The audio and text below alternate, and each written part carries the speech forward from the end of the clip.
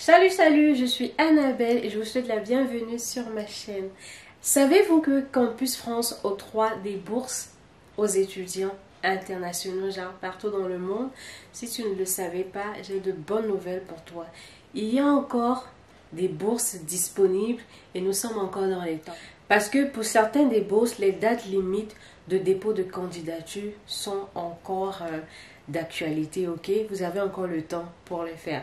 Donc sans plus tarder, je vais vous montrer où est-ce que vous pouvez avoir des bourses Campus France pour étudier dans plusieurs pays de l'Europe. Si ça t'intéresse, reste connecté.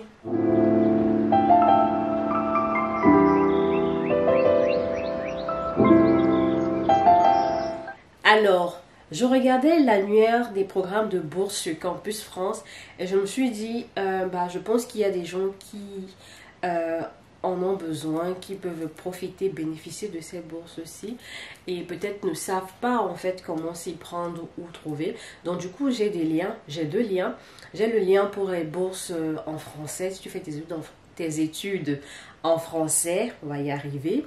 Et j'ai aussi le lien pour les bourses pour des programmes en anglais, ok? Donc, je vais mettre les liens en barre de description. Alors, la barre de description, c'est quoi? Où il y a le titre de la vidéo. En bas, il y a généralement un petit...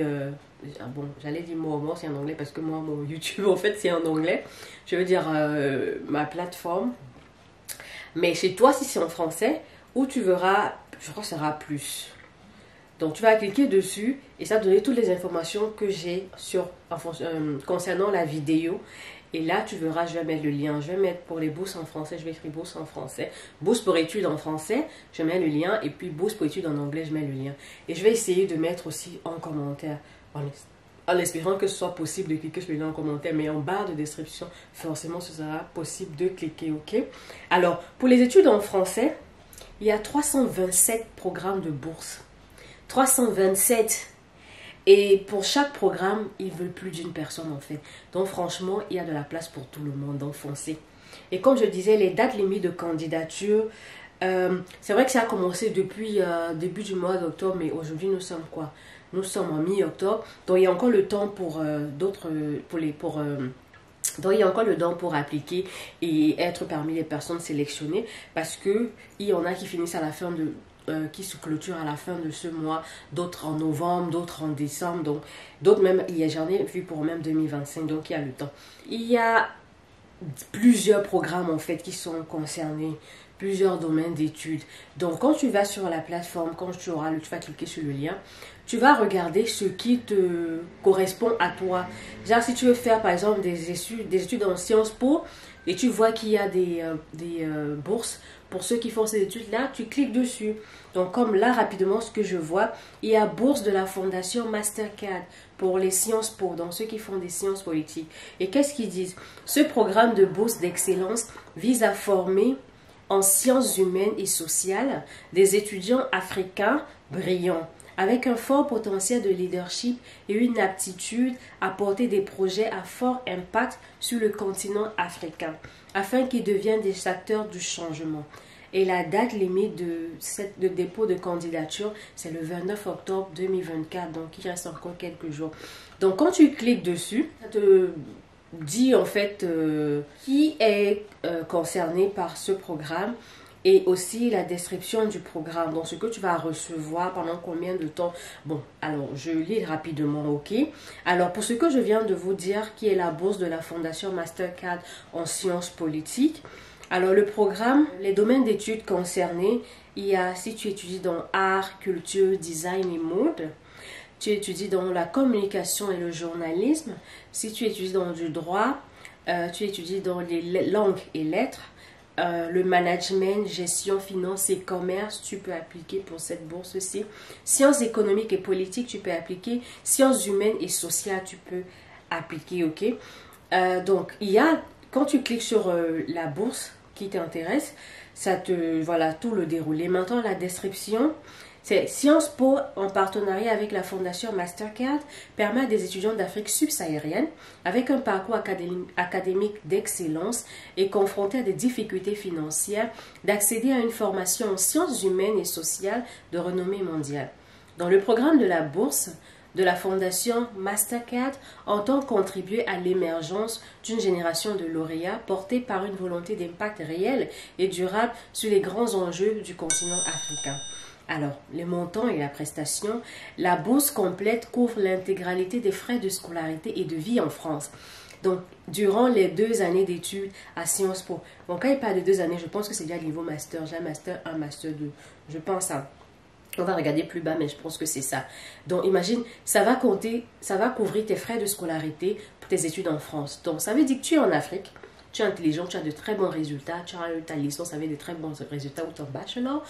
Et tu veux venir quand tu as déjà une admission dans une école ici où tu as pour objectif d'appliquer pour une école ici en France. Donc, tu attends encore peut-être tes résultats de campus France et tout. Tu viens juste de choisir tes écoles et tout. Dans l'une des matières que j'ai citées là, tu peux aussi appliquer pour cette bourse-ci en attendant d'avoir une école, ok? Ou bien si tu as déjà une école, tu appliques pour la bourse en précisant dans quelle école tu seras. Et eux, ils vont se charger de couvrir tes frais de scolarité.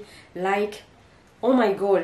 Ensuite, la durée, c'est un soutien à la préparation au départ. Donc, ça veut dire que tu es encore en Afrique. Ils vont te soutenir à la préparation à ton départ de l'Afrique. Des logements réservés à Paris. Ils vont s'occuper de ton logement. Un accompagnement individualisé durant toute la durée des études pour vivre l'expérience étudiante à Sciences Po dans les meilleures conditions. Ok? Un accompagnement à l'insertion professionnelle incluant l'aide de l'identification des aspirations professionnelles, l'accès aux forums d'emploi consacrés aux opportunités professionnelles en Afrique, c'est-à-dire les stages et les premiers emplois, et le premier emploi, accès au réseau d'employeurs et d'anciens élèves en activité sur le continent africain. Donc, il y a un petit réseautage en fait carrément mis en place pour toi. Et il y a un programme de mentorat. Le programme est financé par universités, écoles, fondations et associations. Maintenant, c'est quoi le critère? Ok? Les candidats doivent avoir moins de 35 ans. Ah, c'est bon, on me donne les noms comme ça là.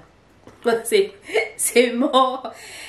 Au moment de la rentrée universitaire en master. Donc, évidemment, c'est pour le master. Alors, les pays concernés, hein, il faut être de nationalité originaire de l'Afrique du Sud, de l'Angola, du Bénin, du Botswana, Burkina Faso, Burundi, Cameroun, Cap-Vert, Centrafrique, Comores, Congo, Côte d'Ivoire, Djibouti, Érythrée, Éthiopie, Gabon, Gambie, Ghana, Guinée, Guinée-Bissau, Kenya, Lesotho, Libéria, Madagascar, Malawi, Mali, Maurice, l'île Maurice, Mauritanie, Mozambique, Namibie, Nigeria, Ouganda, Rwanda, Sao Tomé et Principe, Sénégal, Seychelles, Sierra Leone, Somalie, Soudan, Swaziland, Tanzanie, Tchad, Togo, Zambie, Zimbabwe, République démocratique du Congo, Guinée équatoriale. Ces pays-là. Et la particularité, être en cours d'obtention ou avoir déjà obtenu un diplôme de licence ou bachelor, je l'ai dit même sans avoir lu, ou un certificat de l'une des institutions de référence. Donc, il y a une liste pour voir les institutions de référence, ok? Dans les domaines d'études, c'est ce que j'ai cité plus haut. Soit communication, management, gestion, finance, commerce, sciences économiques et politiques, blabla. Et ta particularité, ça doit être les sciences humaines et sociales. Donc, le niveau d'études, c'est pour le master. Donc, c'est des étudiants qui sont en cours de 3e année, donc ils sont en train de finaliser leur licence, ou bien qui ont déjà obtenu leur licence. Donc, avoir un bac plus 3, ok? Licence ou bachelor, ok? Être inscrit ou avoir été inscrit dans un programme de formation de mentorat d'une institution de référence. Il y a les listes d'institutions de référence. Maîtriser la langue française, niveau C1, dans la langue du programme choisi, ok? Français ou anglais. Alright? Donc, tu dois avoir le niveau C1 dans cette langue-là. Maintenant, il y a des choses qu'on te demande pour juger ton niveau de langue, language proficiency, ça se dit comme en français, bref. Donc, en anglais, généralement, ça peut être le IELTS, ou bien le TOEFL, ou bien ESOL, English for students of other languages, quelque chose comme ça. Speakers of other languages, quelque chose comme ça. En français, c'est TCF, ça s'appelle, ou un truc comme ça, qui se fait au centre culturel français de ton pays où tu es. Voilà. Donc voilà. Alors, les conditions supplémentaires après examen du dossier complet, les candidats qui remplissent les critères d'éligibilité pour le programme de bourse seront exonérés des frais de candidature. Donc, ton dossier que tu as fait comme tu es exonéré et pourront soumettre leur dossier de candidature en master à Sciences Po sans s'acquitter de ces frais. Oh my days! Tout dossier incomplet sera automatiquement inéligible, donc c'est vraiment sélectif. L'éligibilité au programme de bourse ne garantit pas l'admission à Sciences Po, ok? L'admission à Sciences Po ne garantit pas l'attribution finale de la bourse. Tu peux être admis à Sciences Po, qui est sûrement l'école, donc c'est pas n'importe quelle école en fait, tu dois être dans cette école-là, faire un programme dans cette école en particulier pour pouvoir bénéficier de cette bourse en particulier et ils vont s'occuper de ton master 1, master 2, des frais de scolarité, de ton logement. Isn't that, c'est le cadeau, hein. Et pour bénéficier de cela, les candidats doivent être admis à un programme. J'ai déjà lu ça, j'ai déjà lu. La date limite de dépôt de candidature, c'est le 29 octobre, dans une semaine, 10 jours. Ok. Et les pièces à fournir, c'est l'ensemble des pièces demandées pour se porter candidat à Sciences Po. Donc, par la procédure internationale d'admission en master. Alors, il y a les liens. L'attestation de scolarité à une institution présente au passé. D'appartenance présente au passé à une institution de référence. Voir la liste. Il y a une liste. Une pièce d'identité avec photo. Ça peut être ta carte d'identité ou ton passeport. Des justificatifs de revenus ou absence de revenus permettant de comprendre la situation financière du candidat. Donc, ça doit être quelqu'un qui est en situation difficile. Ok. Des documents fiscaux, justificatifs de revenus, certificat de bourse, tout autre document légal attestant de la situation financière. Les candidats doivent joindre au moins un des documents cités. Les relevés bancaires ne seront pas acceptés. Les actuels ou anciens boursiers du réseau de la Fondation Mastercard doivent également joindre un justificatif de bourse, ok? Alors, il parle du processus de sélection et tout. Et les contacts, il y a les liens pour le programme de niveau master déjà à Sciences Po. Et le programme de la bourse également, il y a le LinkedIn. Azim, c'est carré. Alors, quand je vais mettre le lien, c'est la première bourse, c'est ça. Bourse de la Fondation Mastercard. Je sais pas si c'est Focus.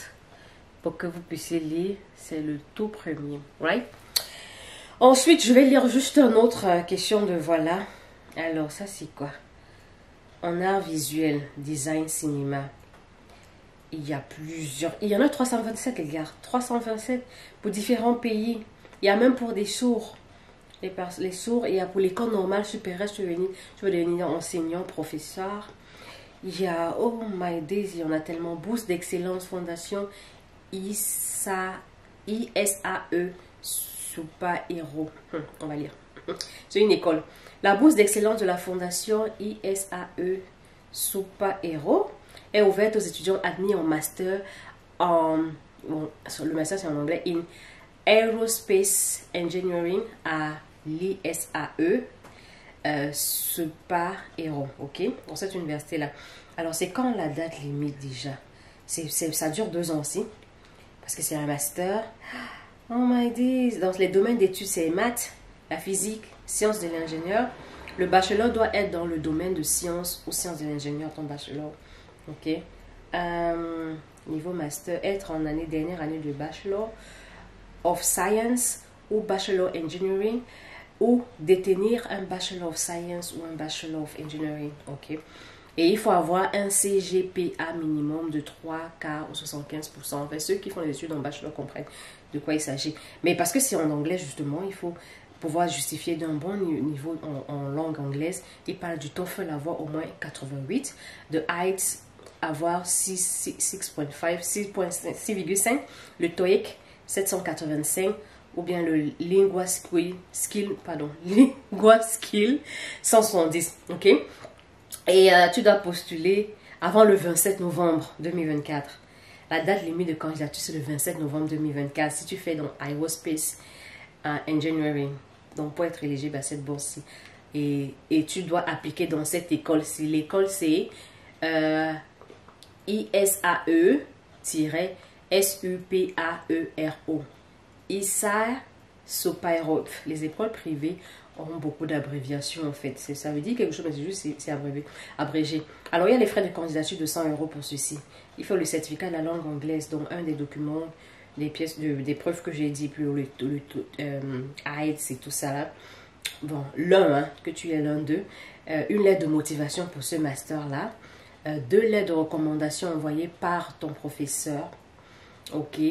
Les copies de ton diplôme, bien évidemment, tu dois. Ou bien un diplôme provisoire pour ton bachelor. Les copies de tes bulletins de notes de tes années de bachelor. Ton passeport, les frais de candidature de 100 € et la lettre de motivation pour la bourse. Ah, mais like, oh my god. Les étudiants sont sélectionnés sur leur motivation, sur leur performance académique, leur université de provenance, leurs recommandations. Donc franchement, un professeur, choisis le professeur où tu es très fort en sa matière. Comme ça, quand il va parler de toi, il va te donner les points. Déjà pour ta lettre de motivation. Et ensuite, il faut vraiment être quelqu'un qui travaille très bien à l'école, qui a de très bons résultats. Imagine, tu as ton bachelor avec distinction. Oh my god. Ils vont vouloir te prendre. Donc, il y a plein de... Il y a plein de bourses comme ça. Et n'hésitez pas parce que ça aide vraiment... il y a bourse pour assistant de langue dans une université étrangère. Désolée, je suis tellement excited. Je connais 2 petites là, 2 jeunes filles. Elles sont pas petites, elles sont dans la vingtaine, mais par rapport à moi, j'ai des petites, ok. Elles sont English Teacher Assistant. Elles sont assistantes des enseignants d'anglais, des profs d'anglais. Et elles ont bénéficié de ce genre de bourse comme la bourse pour assistant de langue dans une université étrangère. Vous voyez, ça s'appelle DAAD. Et vraiment, pour ces petites-là, je sais que même leur dossier, tout avait été pris en charge. Alors, cette bourse en particulier, alors le domaine d'études, c'est langue et lettres. Donc, il faut être quelqu'un qui fait les langues forcément. Et la bourse subventionne les séjours d'enseignement dans les universités d'accueil étrangères. Les boursiers organisent leurs propres cours. Bon, ça, c'est pour les cours d'allemand, de langue pratique et d'études allemandes dans les départements locaux d'études allemandes, donc germanistique, de traduction ou dans les cours d'allemand accompagnant leurs études, généralement 8 à 10 heures par semaine. L'enseignement est généralement supervisé par l'université d'accueil et dans de nombreux endroits par un lecteur du DAAD. La bourse comprend les avantages suivants. Un versement mensuel de la bourse déterminé en fonction du pays d'accueil. Donc, ils te prennent en charge mensuellement. Financièrement, mais ils te donnent l'argent mensuellement. Indemnité de déplacement en fonction du pays d'accueil. Donc, même si tu viens du bled là, ils s'occupent de ton déplacement de l'Afrique. Parce que c'est péjoratif. Certaines personnes, quand tu dis bled, c'est comme tu les as insultés. De l'Afrique. Ok. Les prestations pour les assurances maladie, accidents et responsabilité civile. En fait, tu es employé en fait, mais tu es assistant, tu vois, de langue. Le séjour dans l'université étrangère est prévu pour la durée d'une année universitaire, entre 9 et 10 mois. Et dans des cas exceptionnels et après examen de critères stricts, le séjour dans l'université d'accueil peut être prolongé pour une autre année universitaire. Et c'est financé par gouvernement étranger. Donc maintenant, de quelle nationalité tu dois être? Toute. Tu viens de, je ne sais pas quel pays, tu viens là de tête là, on te prend. La candidature à la bourse est possible sans la nationalité allemande, il ne faut pas être allemand bien évidemment, à condition de remplir des conditions préalables spécifiques, ok. Donc c'est pour un master, c'est une licence ou un master, niveau licence ou master. Les conditions supplémentaires, la justification de votre demande en ce qui concerne vos connaissances et le cas échéant votre expérience pratique dans le domaine de l'allemand en tant que langue étrangère, intégrer le séjour à l'étranger dans votre carrière universitaire, connaissances, intérêts et engagement extra, bref, voilà, extrascolaire.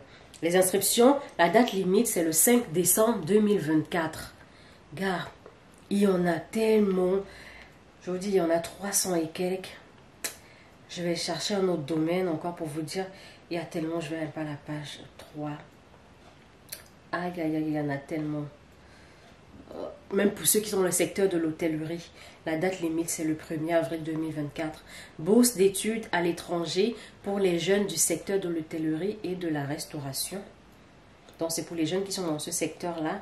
L'objectif de la bourse est d'apporter un soutien financier aux jeunes dans l'hôtellerie et la restauration pour poursuivre leurs études à l'étranger.